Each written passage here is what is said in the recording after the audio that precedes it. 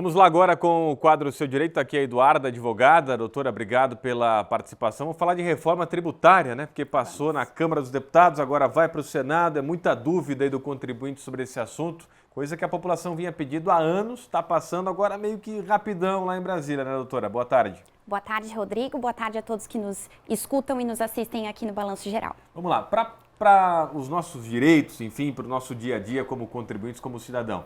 Onde é que pode impactar mais a reforma tributária, doutora? Rodrigo, existe uma expectativa de que haja um aumento de tributo, principalmente no setor de serviço. Mas é importante ressaltar para os contribuintes e para os nossos telespectadores que o que está acontecendo agora é uma proposta de emenda à Constituição. Então é como dizer que a Constituição está sendo preparada para receber um novo sistema tributário nacional.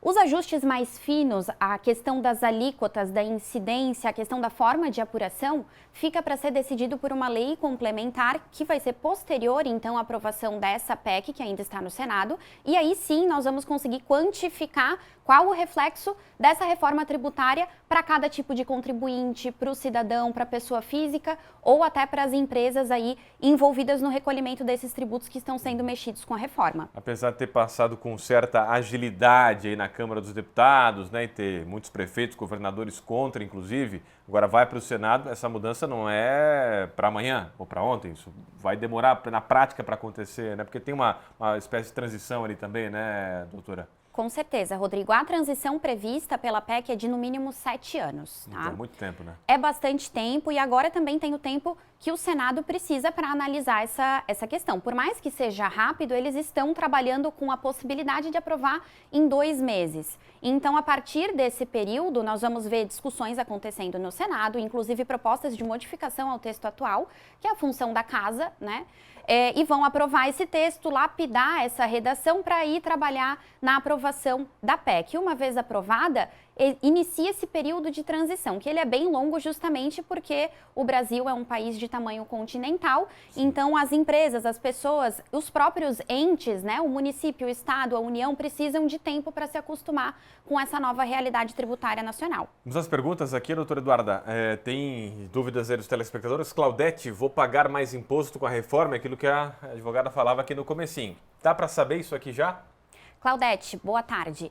Ainda não dá para saber exatamente o quanto de imposto a senhora vai pagar a partir da aprovação da reforma tributária, tá?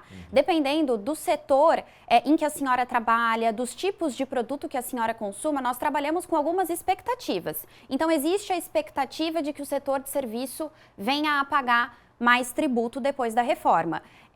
A cesta básica é uma questão bem comentada. Sim. A cesta básica, o texto da PEC prevê a aplicação de alíquota zero para a cesta básica. Então, não haverá esses novos tributos, a CBS e o IBS, não haverá incidência desses tributos sobre a cesta básica. Então, na prática, para o cidadão que consome ali esses itens, né, consome a cesta básica, não haverá impacto tributário. E as outras nuances, esses detalhes, né, dos demais tipos de produtos e serviços a partir da reforma tributária, nós temos que aguardar aquela lei complementar, como eu falei.